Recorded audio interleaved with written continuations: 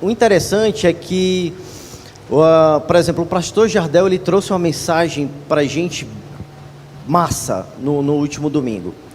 Porque muitas pessoas aqui geralmente não sabem a diferença entre o que é um falso profeta ou um profeta que tem uma visão diferente da sua. Não sabem a diferença entre uma heresia de morte e uma heresia simples, ou então de uma divergência teológica. E sendo assim, amados, eu vou trazer essa mensagem hoje. A gente vai viajar pela Bíblia para entender desde lá do Antigo Testamento até o Novo a função do falso profeta. Tem um segredo bem legal nessa passagem, eu vou trazer para vocês, e a gente vai entender de verdade contra quem é a nossa luta. E apesar de travar essa luta não pode anular a misericórdia que há em nós. Está todo mundo em 2 Pedro aí, capítulo 2? Vamos ler a partir do versículo 1 até o 3, que está escrito o seguinte: no passado surgiram falsos profetas no meio do povo, como também surgirão entre vocês falsos mestres. Estes introduzirão secretamente heresias destruidoras, chegando a negar o soberano que os resgatou, trazendo sobre si mesmos repentina destruição. Muitos seguirão os caminhos vergonhosos desses homens, e por causa deles será difamado o caminho da verdade.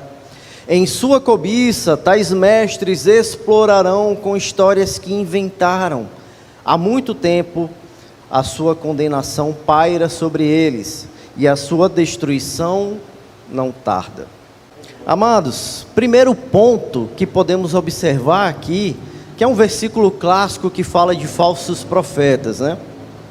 É que Pedro, ele assemelha o falso profeta do Antigo Testamento com os falsos mestres do Novo Testamento. Mas perceba que apesar dele fazer essa associação, existe uma sutil mudança de identidade. Irmão, engraçado, é verdade, porque ele está dizendo que quem é responsável por desviar o povo do Antigo Testamento, ele diz que é o falso profeta, correto? No Novo Testamento, nesse mesmo versículo, no Novo Testamento, ele está dizendo agora que não é o falso profeta que faz isso. Ele está dizendo que é quem? Falso mestres. Exatamente. Isso tem um porquê, amados. Porque esse título está ligado à identidade de quem ele é, e está ligado também à sua função. Preste atenção que os falsos profetas do Antigo Testamento, eles desviavam o povo dos caminhos do Senhor, e não propriamente do próprio Senhor, porque ele não difamava quem Deus era, mas ele desviava o povo de Deus da vontade de Deus, para servir a outros deuses. Ele não negava que o Senhor era o Todo-Poderoso. Eles não negavam que era o Senhor que tinha resgatado eles com o braço forte, lá da terra do Egito. Mas ele desviava o povo da vontade para servir, acabar servindo outros deuses. E engraçado que no Antigo Testamento, eu vejo, um exemplo bem legal a respeito disso, de como identificar um falso profeta, que está lá em Deuteronômio 18, 20 e 22, que está escrito o seguinte: mas o profeta que ousar falar em meu nome alguma coisa que eu não lhe ordenei, ou que falar em nome de outros deuses, terá que ser morto. Mas talvez vocês se perguntem: como saberemos se uma mensagem não vem do Senhor? O próprio versículo responde.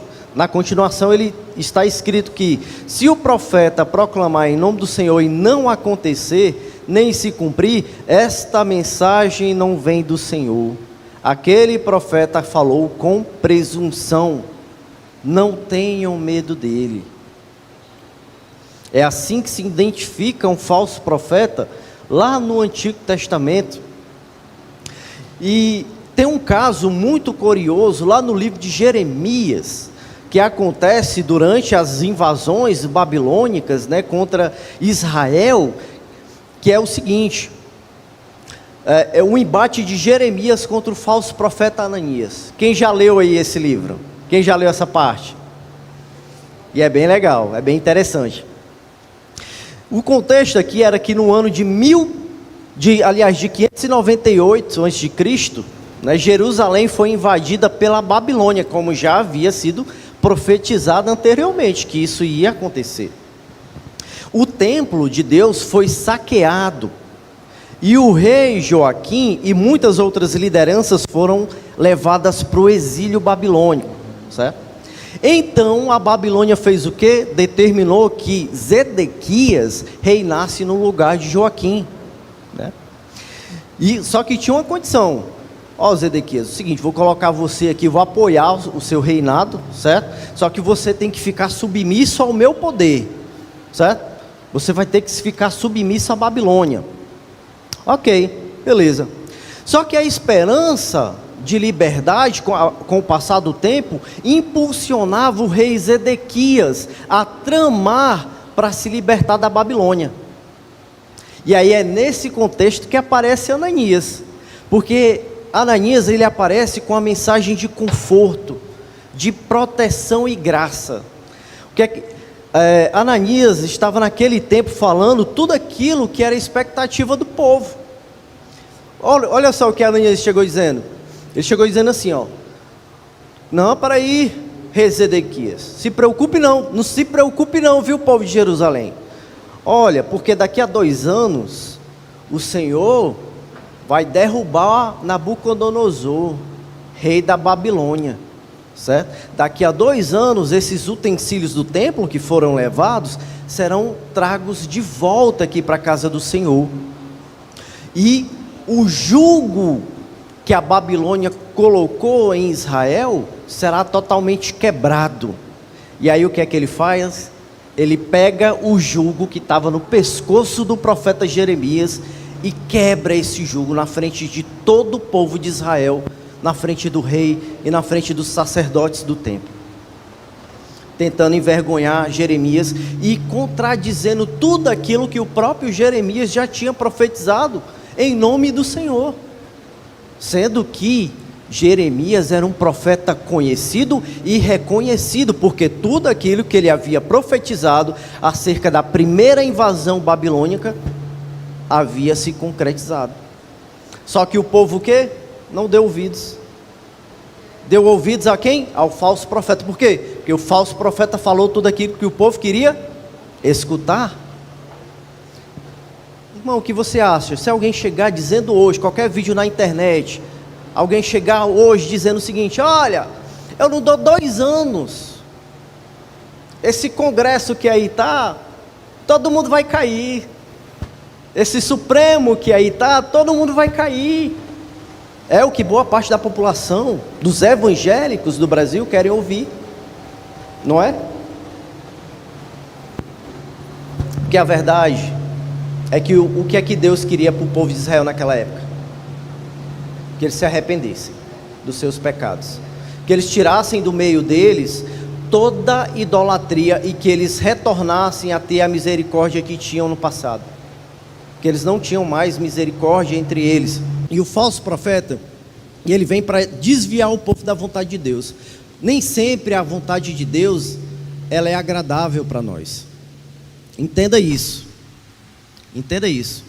O ponto aqui é que queremos tanto que Deus valide as nossas vontades e anseios, que quando aparece alguém que supostamente fala da parte de Deus, a gente prontamente acata sem questionar, e realmente se aquela é a vontade de Deus, a gente só balança a cabeça e diz assim: eita Deus grande, Deus de visão. Não é isso? É, exatamente.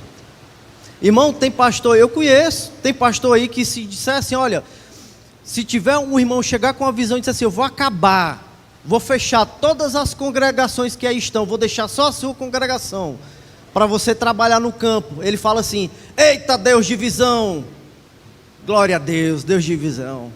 Quando geralmente alguém fala de algo que é a nossa vontade, mas do que realmente não é a vontade que o Senhor tem para nós, geralmente a gente tende a acatar o falso profeta do que a vontade de Deus. E aqui, irmão, sendo assim, identificamos que a função do falso profeta no Antigo Testamento é desviar o povo da vontade de Deus. Mas o falso mestre do Novo Testamento também desvia o povo da vontade de Deus. É verdade. Porém, amados, diferente do falso profeta, o falso mestre também tem a função de desviar o povo de quem Deus é. Como assim, irmão? Olha o que está no texto de 2 Pedro, que nós acabamos de ler.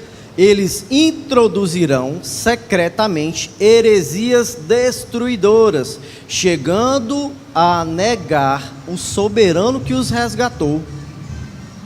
Engraçado, quando eu lia esse versículo, eu ficava me perguntando, como alguém poderia chegar ao ponto de negar o soberano que resgatou ele? Que tipo de loucura é essa? Do que especificamente esse versículo está falando? Que alguém vai dizer que Jesus não morreu pelos nossos pecados? Por quê? Na nova aliança nós temos a plena revelação de quem Deus é. Cristo Jesus. Emmanuel, Deus conosco. Nele habita toda a plenitude da divindade. Está escrito. Não faz sentido alguém dizer que Jesus não morreu pelos nossos pecados. Eu estava pensando, né? Mas espera, o texto está dizendo que secretamente eles colocariam essas heresias destruidoras. É em secreto, amado. Não é de forma explícita. De forma que muitos daqueles que estão nessas heresias nem sabem que estão nelas. Acham que estão na verdade. E para muitos não é fácil identificar essas heresias que são colocadas secretamente, pois elas se apresentam, amados, de 3 formas diferentes. E aqui, como eu quero uma pregação curta, eu quero voltar àquela analogia que eu preguei na última vez que eu estive aqui. Que o apóstolo Paulo, lá na carta aos Coríntios, dizem que vocês, eu e vocês, somos o quê? Edifícios de Deus, certo?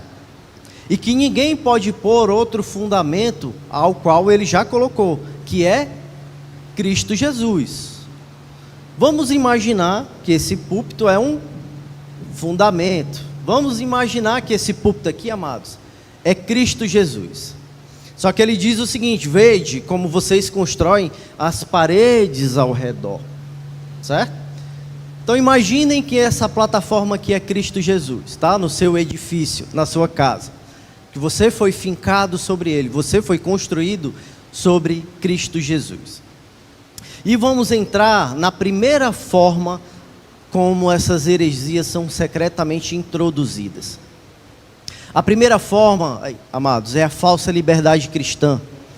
Esse tipo de heresia geralmente relativiza o pecado. E com isso, torna um sacrifício de Cristo bem menos relevante para a salvação. Atacam também a inerrância das Escrituras sagradas, né? Prejudicando assim a credibilidade e a autoridade de assuntos centrais da salvação. Se eu relativizo o pecado, se o pecado não é mais pecado, para que eu preciso do sacrifício de Cristo? Vocês já pararam para pensar isso? Se eu pego um pecado, que é claramente pecado na Bíblia, torço esse pecado, isso é que o liberalismo teológico faz. É a falsa liberdade cristã. Que eu posso tudo. E que isso não é mais pecado. Então eu não preciso me arrepender.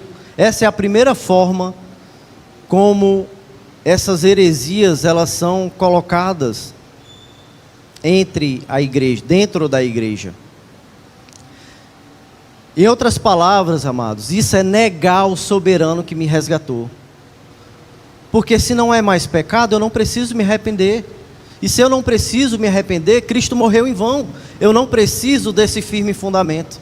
Eu estou negando quem é o firme fundamento. Eu estou negando o soberano que me resgatou. Em outras palavras, está afirmando que o firme fundamento no qual eu fui construído não é tão importante assim. Eu posso substituí-lo pela minha justiça própria. Amados, se tem uma coisa que a nossa carne mais detesta, é o arrependimento. Nossa carne não quer se arrepender.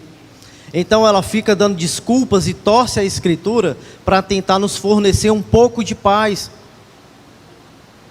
É um pouco de paz, amado, que a nossa carne quer. Por que você acha que essas pessoas querem reescrever a Bíblia? Eu digo para você, para poder pecar em paz. Porque eu tiro por mim. Depois que eu conheci a Cristo Jesus e conheci as Sagradas Escrituras, nunca mais eu pequei em paz na minha vida. Não é que eu tenha deixado de pecar não, irmão. Quero aqui ser hipócrita para você. Que acolá eu cometo meus deslizes. Choro, me arrependo, mas levanto porque eu sei quem é o firme fundamento que está na minha casa, que está no meu edifício. Mas eu nunca quis negá-lo, nunca quis substituí-lo por nada. Essas pessoas querem substituir a Bíblia, é a mesma coisa que Herodias fez com João Batista. Porque a Bíblia, João Batista era a voz do que clama. Ele era a voz do que clama. A Bíblia também é uma voz. É uma voz também do que clama. E aí, João Batista, pregando a verdade, pregando o arrependimento para Herodes, o que é que ele fez? Mandou prender João Batista, mas não tinha coragem de matá-lo, né? Porque temia o povo. Mas também porque ele sabia, a pregação de João Batista incomodava ele também. Mas a Bíblia diz que ele ia em secreto ficar escutando a pregação de João Batista. A pregação de João Batista feria a alma dele, mas ao mesmo tempo lhe dava um pouco de consolo. Ele sabia que João Batista estava pregando a verdade. Eu posso até dizer, irmãos, se João Batista tivesse ficado mais tempo lá, talvez Herodes tinha se convertido. Ouso até dizer isso, tá? Ah, você está sendo arminiano. Não, ó, deixa isso do lado de fora da pregação, tá? Vou dizer uma coisa para você. Mas Heródias, aquela pregação, né, digamos assim, ofendeu tanto a Herodias, a mulher dele, que era a mulher do irmão dele, que ele tinha desposado, que não podia desposar, que ela fez o quê? Ó? Pediu a cabeça dele, calou a voz. É a mesma coisa que essas pessoas que pedem para reescrever a Bíblia estão fazendo hoje. Elas só querem calar a voz do que clama. É a mesma coisa, amados. É a mesma coisa. Estas heresias destruidoras também podem se apresentar da segunda forma, que é a falsa identidade de quem Cristo é. Nessa forma de heresia introduzida de forma secreta estão aquelas que deformam a pessoa de Cristo e alteram a nossa percepção de quem Ele é e também da sua relevância. Por exemplo, as Escrituras deixam claro que Jesus Cristo é Deus. Amado, se você está vendo essa pregação e você não sabia que Jesus Cristo é Deus, eu acredito que você não pode se chamar nem cristão, porque essa é a base da nossa fé. É que Jesus Cristo é Deus. Ele é um com o Pai, tá? Porque se eu negar isso, eu tenho que arrancar metade do Novo Testamento, quase. Simples assim. E o incrível é que tem algumas seitas que elas introduzem secretamente, elas cultuam a Deus. Falam de Deus, falam de Jesus em todos os seus encontros. Só que elas omitem esse pequeno grande detalhe, que Jesus Cristo é Deus. Elas dizem que Jesus Cristo é apenas um arcanjo. O arcanjo Miguel, por exemplo. Eu podia citar várias aqui, mas essa é uma delas. E aí o que é que elas fazem? Elas enfraquecem o fundamento. Porque a nossa salvação está guardada no poder de Deus, mediante o sacrifício de Cristo Jesus. E se Cristo Jesus não fosse Deus, eu e você não estariam salvos, amados.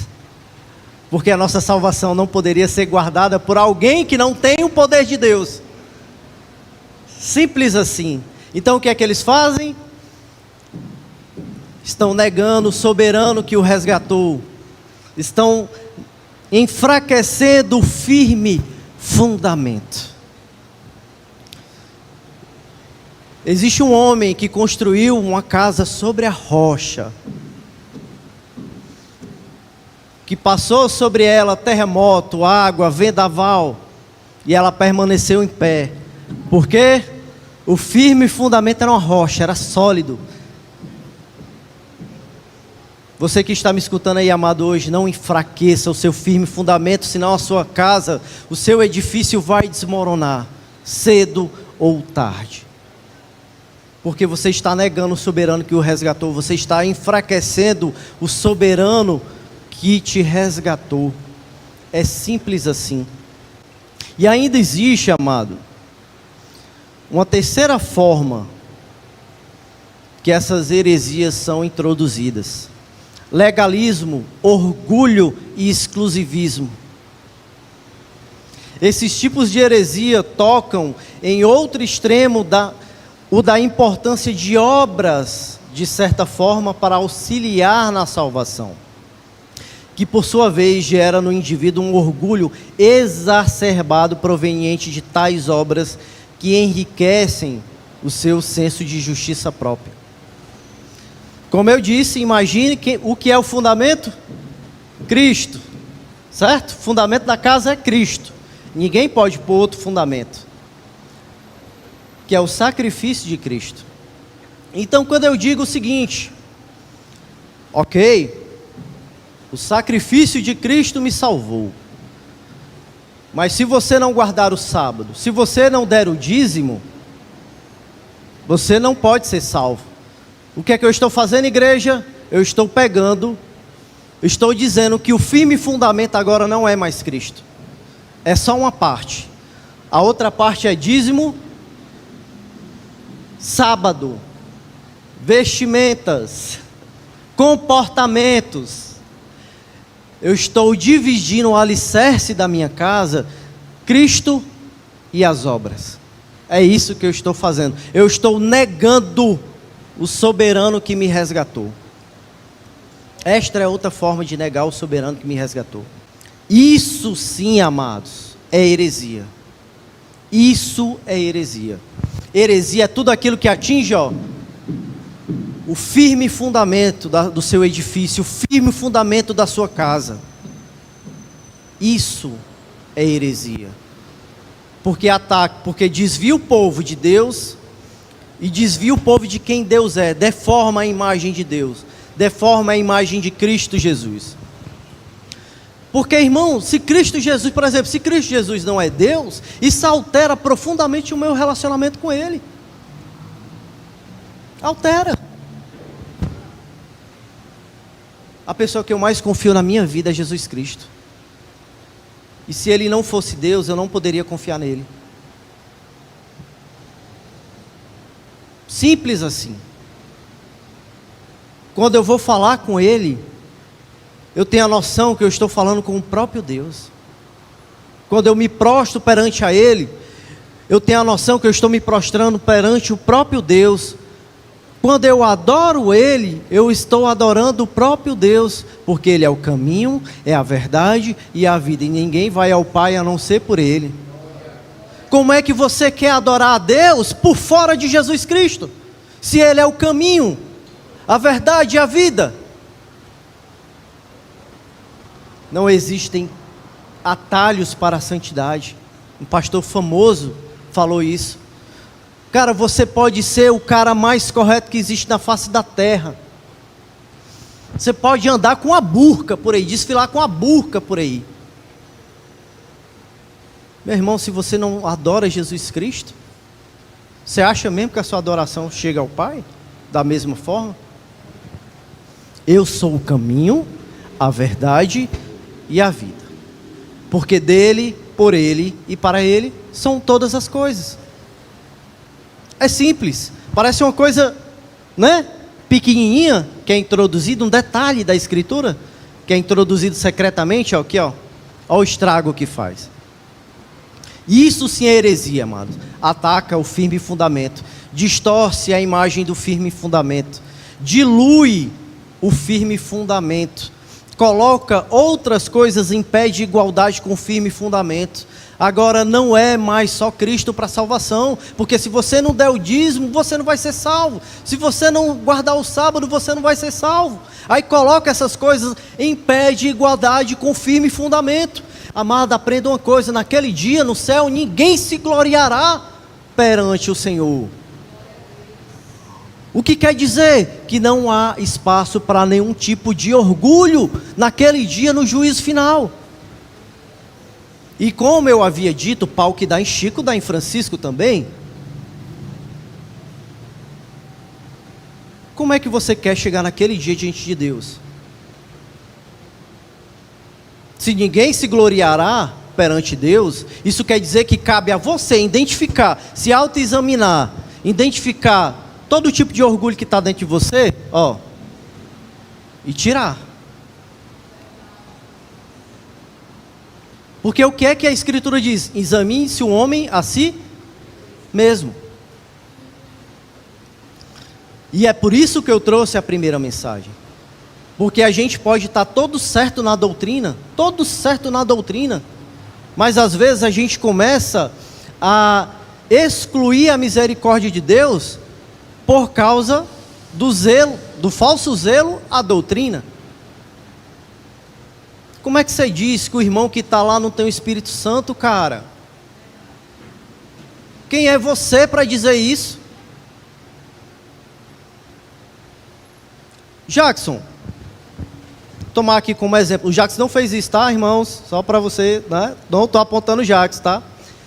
Quanto tempo você tem de convertido?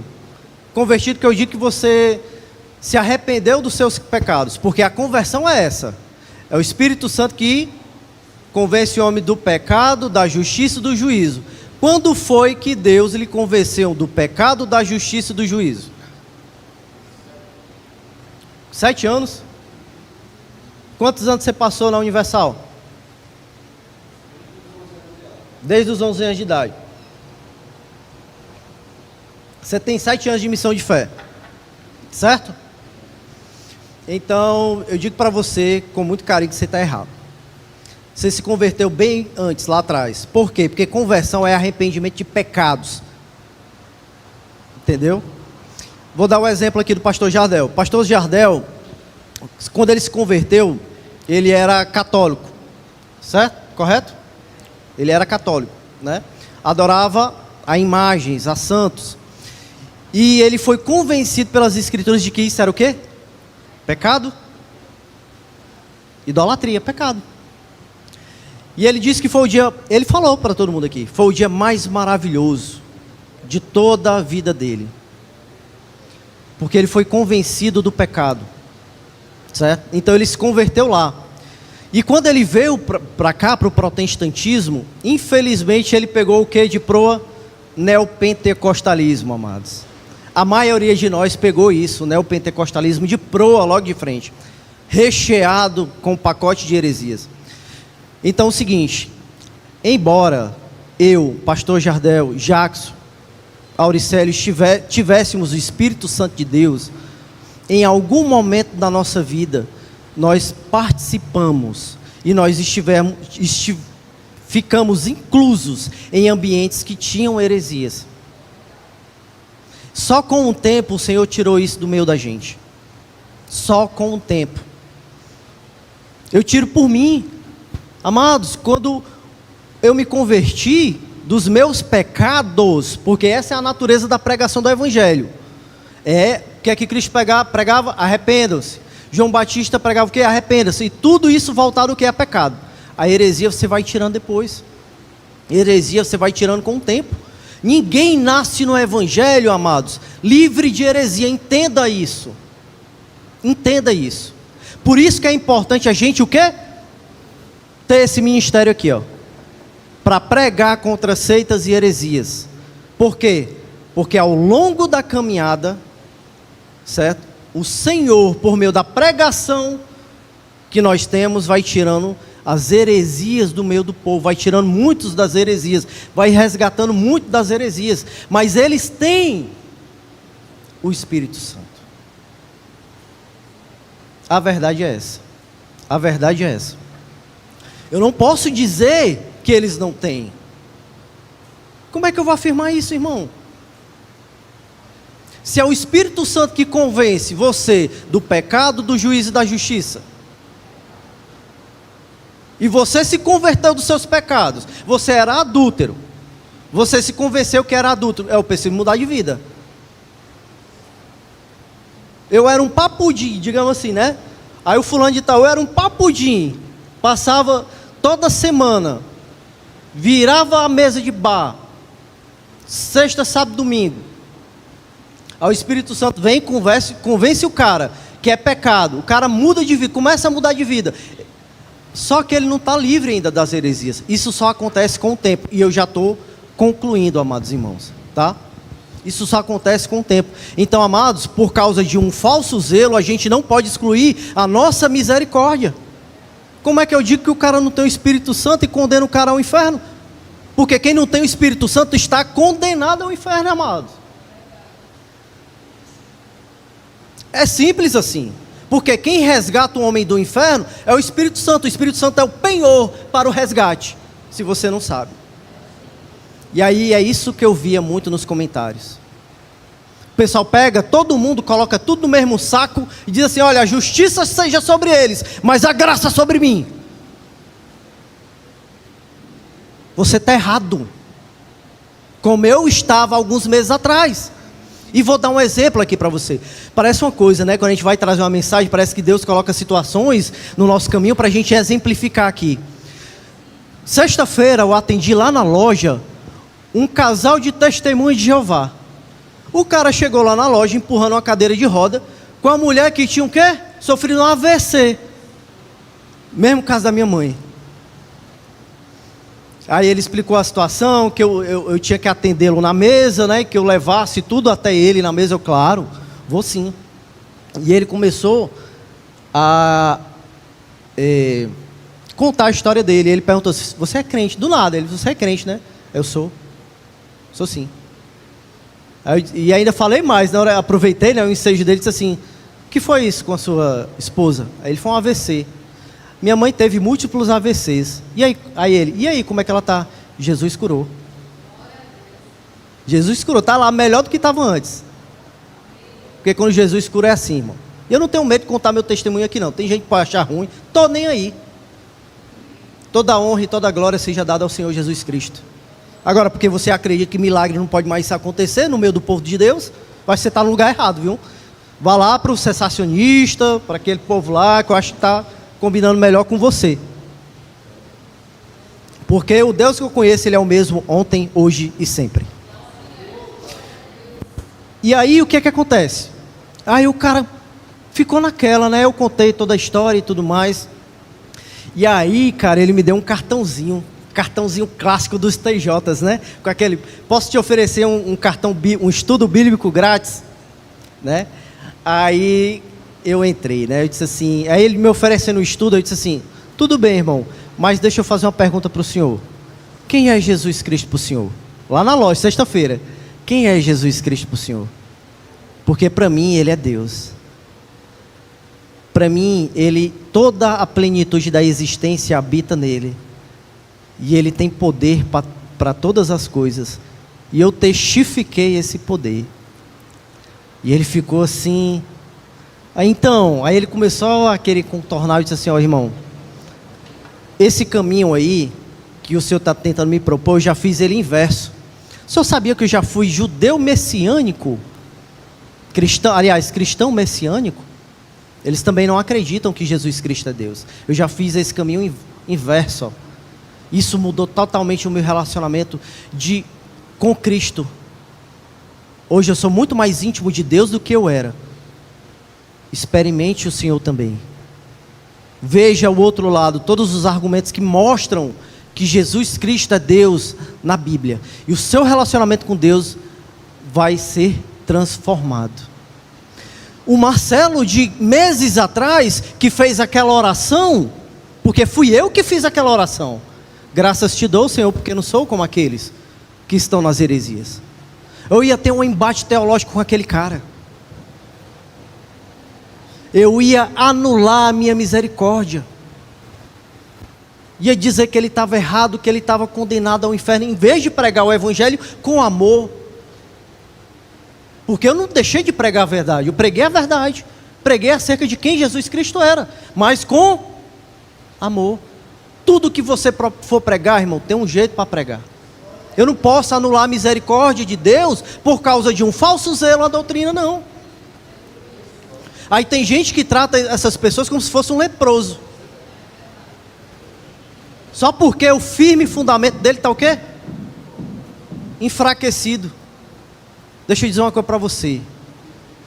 A primeira pessoa na Bíblia que Jesus Cristo revelou ser o Messias, quem era ela? A mulher samaritana. Uma mulher divorciada várias vezes. Tá bom de você repensar o que você acha do Evangelho. Após o encontro com Cristo, ela mudou de vida. Mas Ele escolheu, pela sua misericórdia, se revelar a uma pessoa que aos nossos olhos nós jamais confiaríamos a algo tão santo e sagrado.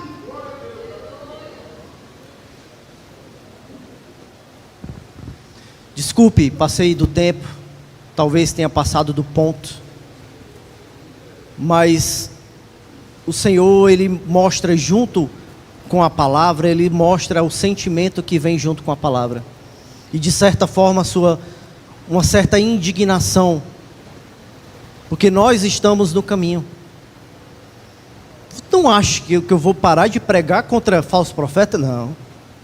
Vou continuar pregando contra falso mestre, mas sem excluir a minha misericórdia por causa disso.